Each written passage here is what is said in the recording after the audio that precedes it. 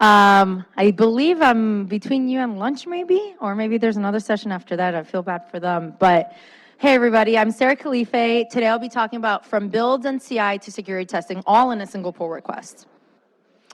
For some background, like I said, Sarah Khalife. I'm a solutions engineer at GitHub. I've been at GitHub for about like 3 years now, so time, especially over the last 2 years, kind of flew by. Previously, I was a cloud platform engineer working on Kubernetes, microservices, and a lot of like cloud applications. Now I'm more so focused on talking about security and automation and overall developer tooling. For fun, I enjoy volleyball, going to the beach, and just overall travel. So very happy to be in New York during like Christmas time. So in this talk, there are a couple things that we really want to talk about. So first, I'll be covering simple steps for automating a lot of the process, incorporating security earlier on. We'll be leveraging a lot of the open source tooling that is available today for us to use to run security scans across our code base, to run security checks against dependencies, and just overall cloud native components. At the end of the day, we want to automate the containerization and automate the triggering of any of the security scans we want to run per pull request to make it easier for a developer to execute this within one go. And we also want to make sure that we're validating everything before any new code is introduced into any production level environment. So why even talk about this? Why even have this talk? Why are we even interested in this? Overall, I mean, there's just been a lot of recent vulnerability exploits that have been happening. Even today, I'm pretty sure Log4j was talked about like 4 times in just the keynote sessions. And it's just a hassle, and it's just so tiring to go back and fix these issues. It's very hard to go back and fix something that you could have probably fixed earlier on, or if you're fixing something in production when you've actually known about the issue, maybe even in the build or development phases. I found this really interesting Splunk security study that was that actually the state of security by Splunk in 2022. They actually shared that, let's see, I'm not blocking the view here. They actually shared that there's 65% of our organizations are reporting over this last year that an increase of attempted cyber attacks. I mean, we're all a lot more aware of these vulnerabilities, but they're just constantly coming at us compared to what has been over the last maybe 5-6 years. 59% of the security teams have devoted significant time to and resources into remediating these vulnerabilities. So we're realizing that's actually it's up from 42% a year ago, which is, again, 10% jump, more than a 10% jump in just a year. Is pretty significant when we're talking about time and resources of developers and security teams and individual people that have to deal with this day in, day out. So what we've actually seen is that even though we're more aware of security vulnerabilities, the lines of code are increasing at the same rate as the security vulnerabilities. So why aren't security vulnerabilities being fixed more often if the lines of code are increasing and we know about these alerts? Well, that means we're just not fixing them in time, or we're not fixing them at all. Even there was a study done from 2016 to 2020 that 85% of the applications still contain security vulnerabilities across the board, because maybe it's something small that they didn't detect earlier on, or if it was detected, it wasn't fixed because it's already in production, they didn't want to take it down or hot patch it or so forth. So what can we really do to make sure that at least we're catching most of the vulnerabilities that we can before we even get to the production phase? What can we really do to make it easy for us to do that job and fix those vulnerabilities earlier on? So the goals are, here's the goals of what we want to talk about today, what we're going to be presenting, where I'm going to be presenting. We'll be running integration testing and security testing all in any new code changes that are coming through. We're wanting to do that at the pull request level to reduce the amount of bugs, to scan for vulnerabilities, and to make sure that we're building and validating all of this at the same time. We want to make sure that we are detecting earlier and blocking the merge. So if we're detecting vulnerabilities, we should be blocking the merge, especially if they're high, maybe even medium vulnerabilities. We should be probably validating those and blocking the merge to make sure that nothing is reaching anywhere close to production until we fix all those vulnerabilities. We want to make sure that we're configuring branch protection rules. So this is just a common standard across the board in any type of development, not just when we're talking about security. But we want to maintain a consistent way of testing and validating. And in order to do that and to maintain consistent results, we want to set those branch protection rules as standards across the board.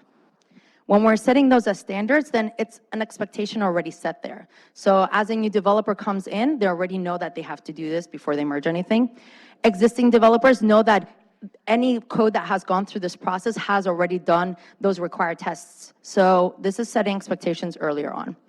And at the end of the day, who doesn't love automating?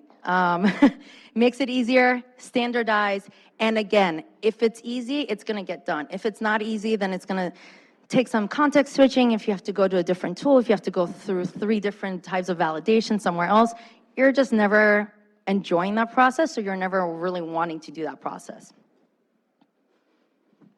So what are some of the types of security that we really want to talk about?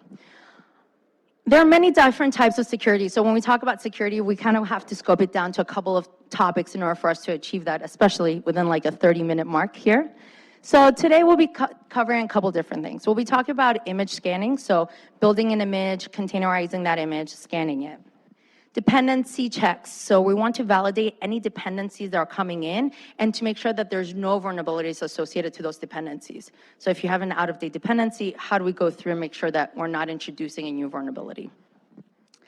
Static code analysis. So this is where we're analyzing your code base across the board to detect different types of patterns that might be vulnerable.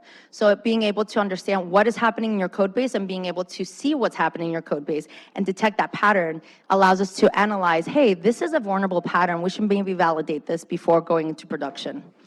And configuration checks. We're here talking about a lot of open source, a lot of large-scale deployments across the board, and how have we been doing that lately? Either through like Terraform and infrastructure as code, Kubernetes, YAMLs, and so forth. So we should actually be validating those configuration files and see if there's anything that's being introduced during the time of the config file runtime, that if there's a vulnerability associated to that, to make sure that we're fixing that earlier on.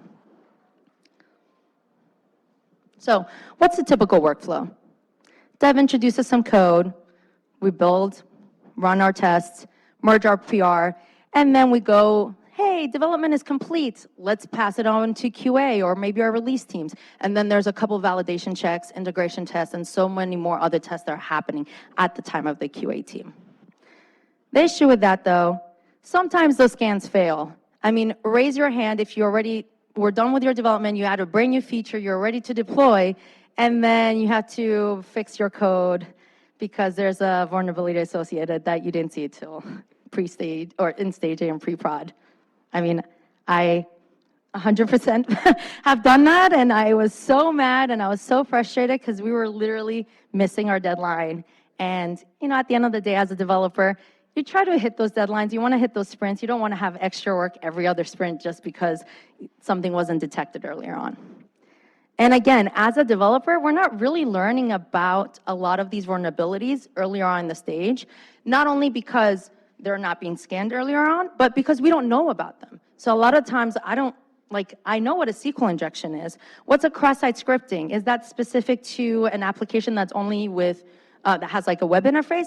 That's something we learn in the industry. You might learn it in college, but it's not necessarily the same type of learning when you go into a production level environment. You have to deploy somewhere in Kubernetes, and then you have, 1,000 microservices that are dependent on one other microservice that you need to now fix.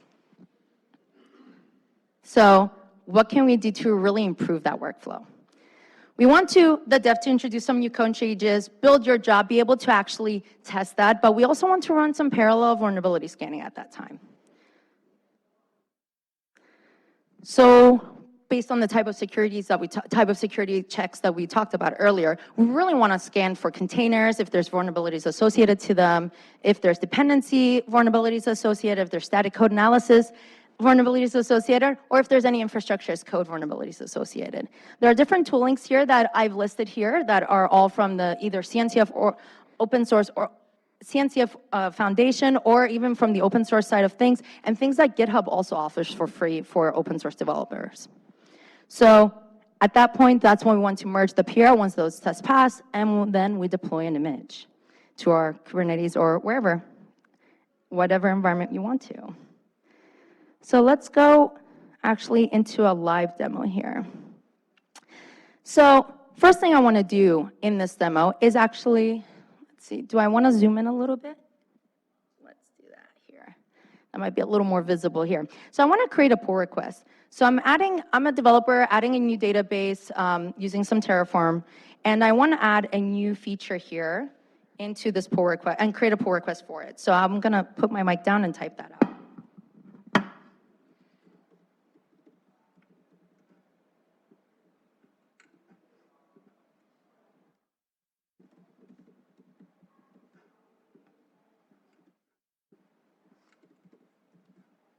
Oops, and there we go. And release nodes here are.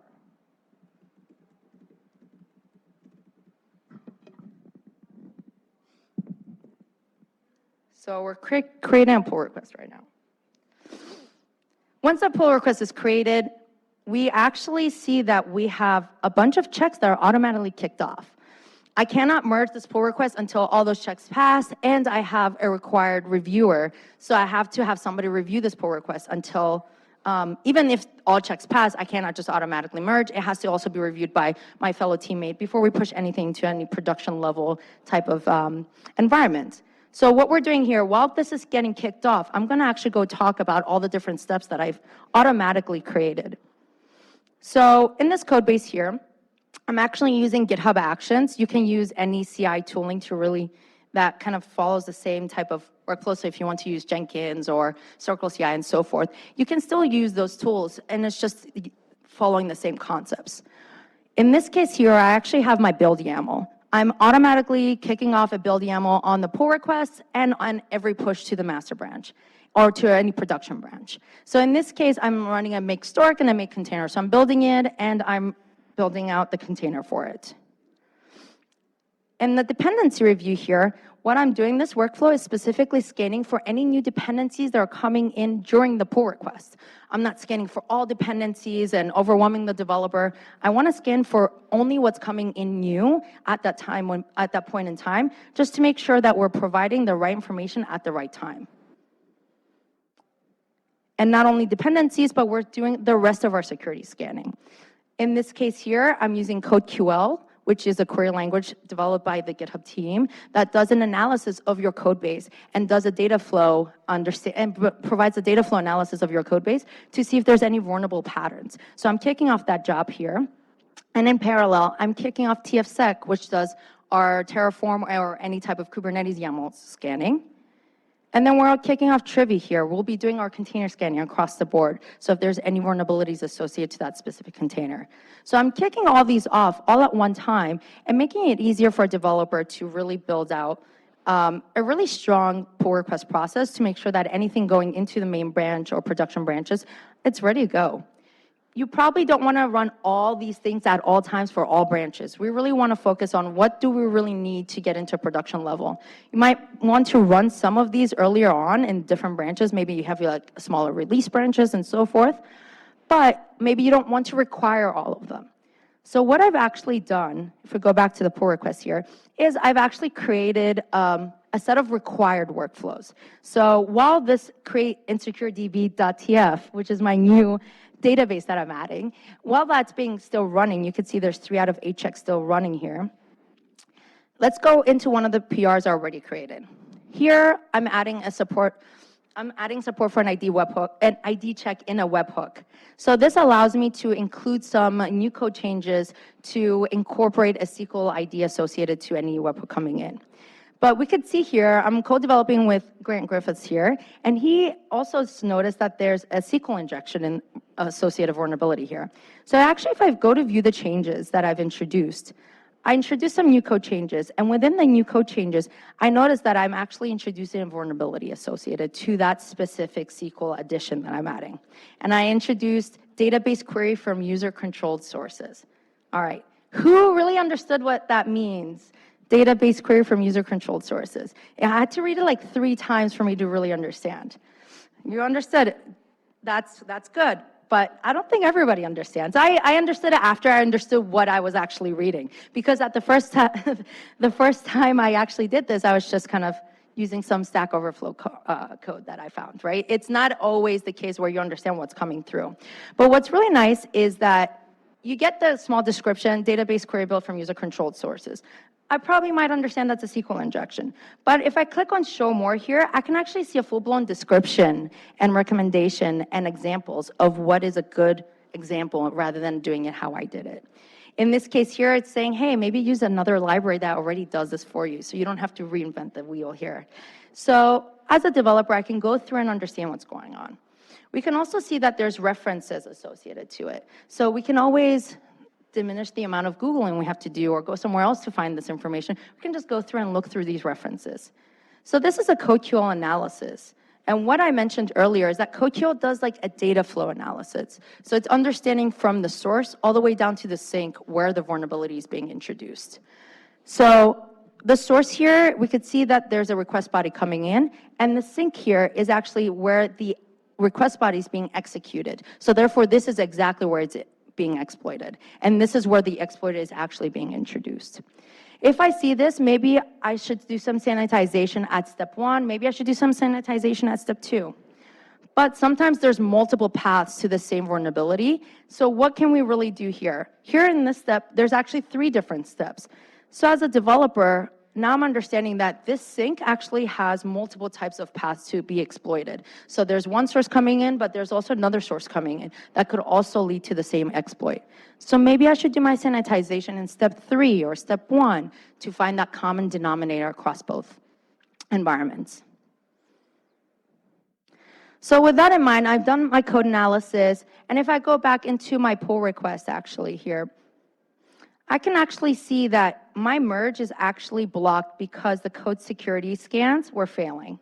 So I'm making this a required workflow to run. So in order for this to run, required workflow. So in order for us to be able to merge our code, this test needs to pass. So until I fix the SQL injection, I won't be able to merge the code. So that's our code analysis here that was done specifically for more of a SaaS environment. If you go back to the pull request, we can actually see that there's a couple different ones here. So this one is actually doing a validation across the Ubuntu. I'm switching the base image of my container to Ubuntu 20.04. So as a developer, I saw that this Ubuntu image is one of the latest ones. Why not use it? So I updated it, and I went through and I created a pull request. When I go through my checks here and actually go into my code scanning results, although I'm not failing everything here, there's actually some alerts that are popping up. We can see that there's 1 medium and 14 low. I actually only fail the test at the high level because I don't want to block a developer from continuing doing their work if they're not very high vulnerabilities. And that could vary. If you want to block them at medium, if you want to block at any type of vulnerability, you can. But this is something that I've noticed, like it's much easier if we want to block on high or critical, just because those are the ones that need to be fixed first. And then if it's low, medium, or low, maybe we can fix those later on. But in any case, we can see that there's some vulnerabilities associated to this image right off the bat. I don't have to worry about going to another tool to find that result. And maybe I should update to the latest version, to a newer, later version of the Ubuntu image so I don't hit any of these vulnerabilities. So when I'm saying I'm requiring certain things, so let's go into branch protections here. So if I go into my branch protection rules here, what I've actually said are a couple different things. I'm requiring an approval process to happen at every pull request. So it makes it easier for somebody to come in and have to review my code change, because if I'm introducing some code changes, nobody's reviewing them, it might not necessarily be the best practice in terms of pushing code without having somebody else validate it. But what I'm also redoing is requiring some of those status checks. As I mentioned, we already kind of talked about CodeQL, where we're doing an analysis of our code base. I'm requiring the Trivy scan, which is what we did for container scanning. And then I kicked off that run tfsec scan, where it's doing our analysis of the Terraform code that I added. And we're also requiring our build store container job, which is our build process. So every pull request to the main or master or production branches have to have these workflows running to at least have the right information as we're going into a production environment. So now that we've set these production rules, let's continue on to one of our other requirements here. So in this example here, I actually added a new dependency for Swagger API support. So Swagger allows me to easily document all of my APIs, so why not add it, make it easier for me to provide the documentation that all my teams need or any of my customers need. So I added Swagger support. It's a great improvement, great for documentation. Great. But still, one of my checks is failing. So what am I seeing here is that dependency review is failing. And we can see our dependency review failed here because it's actually running, if you're familiar with Dependabot, Dependabot does a scan across your dependencies to see if there's any vulnerabilities. But if I actually go into the files changed here, what dependency review is doing specifically is looking through the new vulnerabilities, new dependencies that you're adding into your code base and doing an analysis against those. So there's a rich diff display, which not many people know about because honestly, it's very easy to miss here, but it's such a helpful feature. So you can see here that if you do the rich diff, very easily can you understand what new dependencies you're adding into your code base. Why am I even adding Kyle Banks depth? Maybe I don't want to add that one. Maybe I should go with a better one.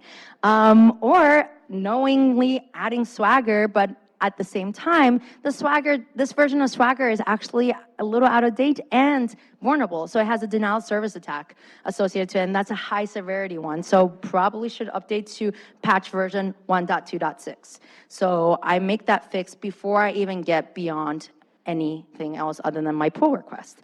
So now I don't have to go back and validate this and see it later on in the development process.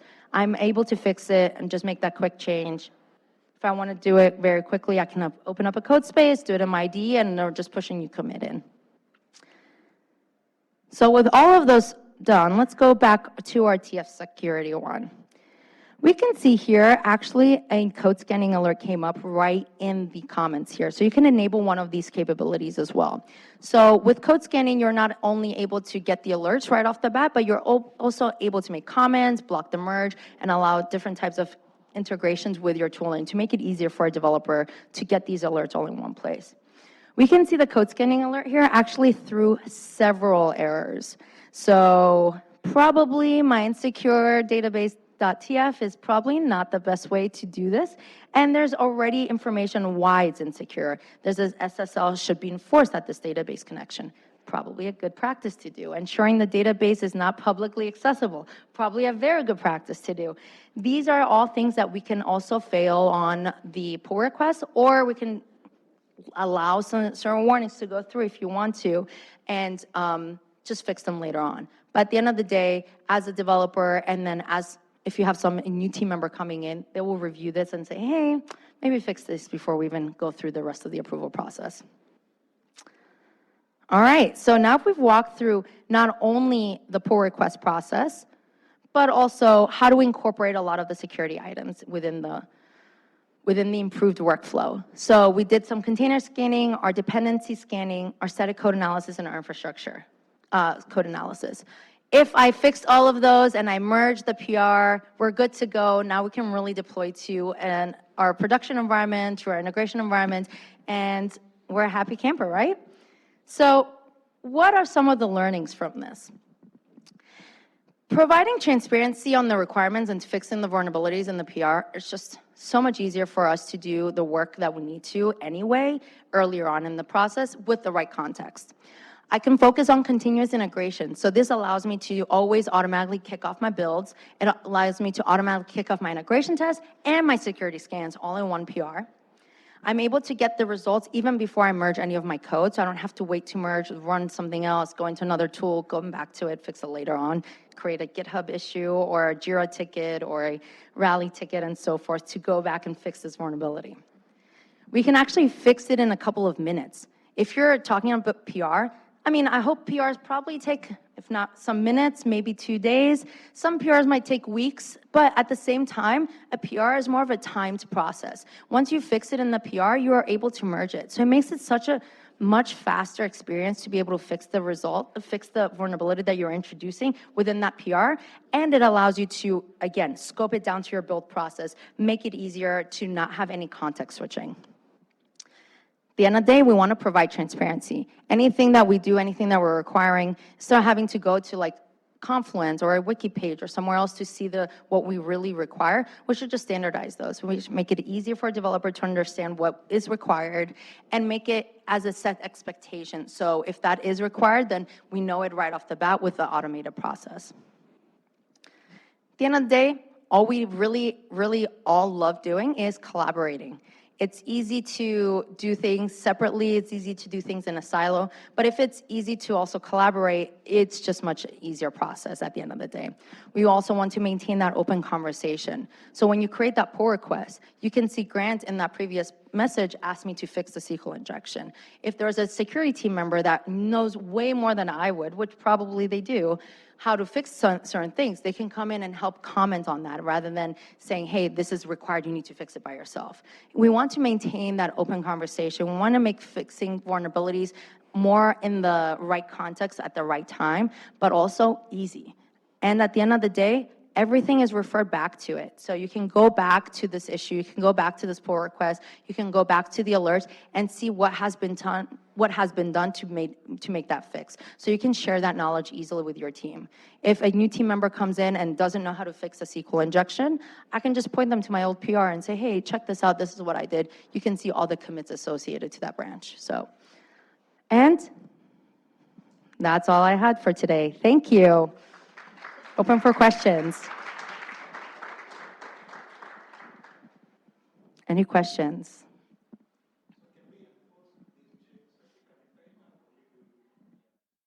That's a great question. You can enforce commits you can enforce checks at a commit time if you're running things on-prem and you have like a pre-receive hook. You can do it with GitHub.com and enforce it before in the commit.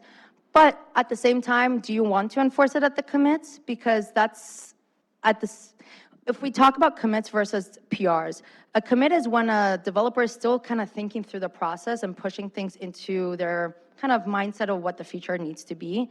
At the PR is when they're ready to listen to the updates and to the changes and to the things that they want to make or improvements on. So you can enforce that at the commit. It's just going to be more of a hassle rather than an improvement, because it'll be making it harder for us to commit anything. Because if I'm still like thinking through the process that I want to do, I'm doing a bunch of commits until I complete my code and my way of thinking for me to do my pull request and make that feature available and be ready to receive the feedback of all the changes. Yep.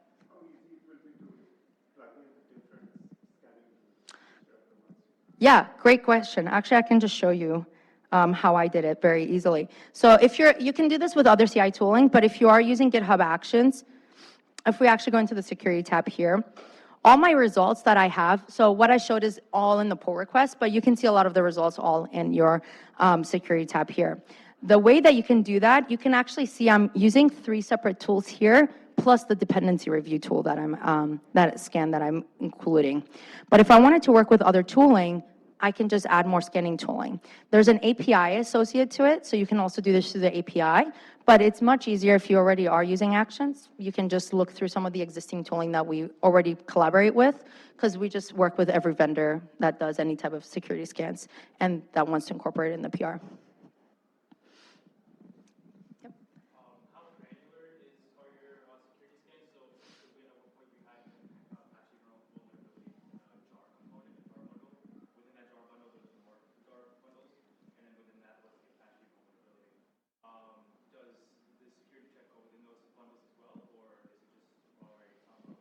That's a great question. So dependency, overall Dependabot and dependency review, it understands all the vulnerabilities that are associated to anything that is listed as a dependency within your pom.xml, or if you're using Node.js in your package lock.json.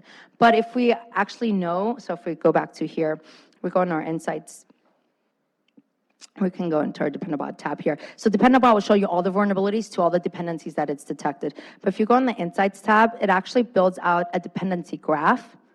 So for example, if you're using something in Kubernetes and there's thousands of other dependencies on that, you can actually just drill down and see if there's any vulnerabilities associated to it too. And it would inform you if we have access to that tree.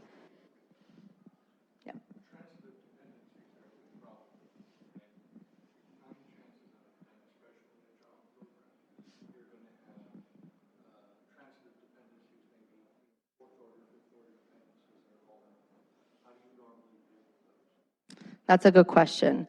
So in this case, I'm focusing on some of the dependencies that are just like first-tier dependencies, but if they're fifth, sixth layer down, we can see the dependencies within the dependency graph and associate it back to those. If we're able to build that dependency graph, then we'll be able to alert on those. But if we're not able to build that dependency graph, that's where sometimes it's a little bit difficult. Yeah.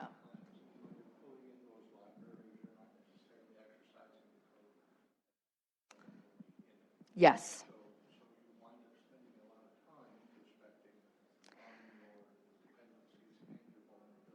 Yes, that's actually a very, very great point. So what we're doing in terms of specifically, if you're not using that specific function that is actually the vulnerability associated to that dependency, because many cases, so I can repeat what you said.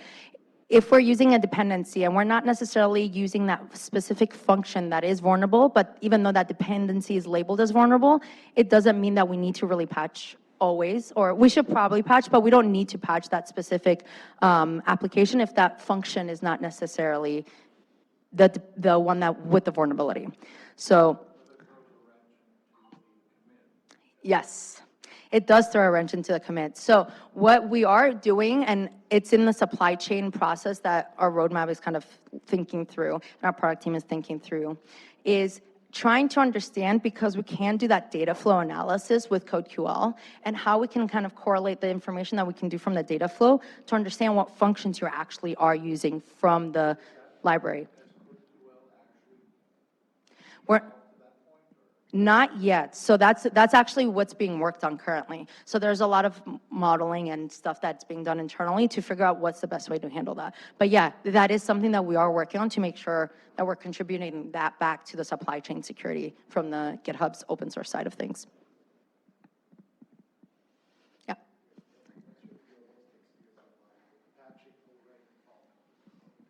That's yeah, it's for, so the question was, what is the experience of patching already vulnerable code? Yeah, that's a tough one. We want to make sure that process is a little bit easier than it is. So one of the things that we have done with Dependabot specifically is, let's see if my screen doesn't fall asleep here, is to actually, there are a couple different things. That experience can be tough, and hopefully we can make it a little bit easier. It's not going to be the easiest process if you have a lot of code, and across multiple places.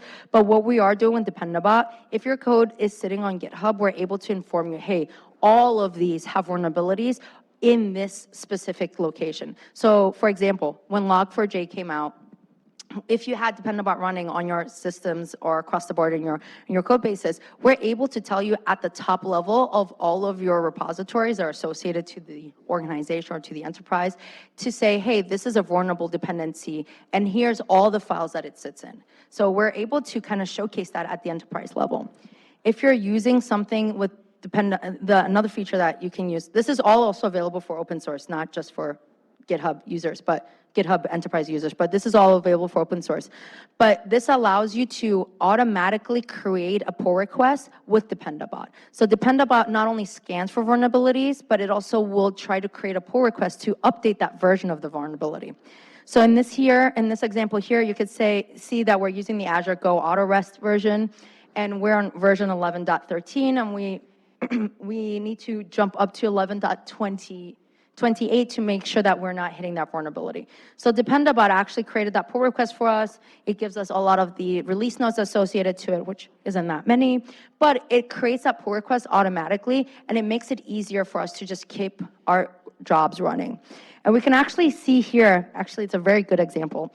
We could see here, because I've automated everything, the pull request, not created by me, created by Dependabot, a bot, already kicked off all the scans that I wanted to scan, and we can actually see that it failed at creating the Docker image. So if it's failing at the Docker image, that means there's something wrong with the build process, so I need to go back and fix it, rather than being able to merge it right off the bat. And because the job is a required one, can't merge the block. We can't merge, the merging is blocked.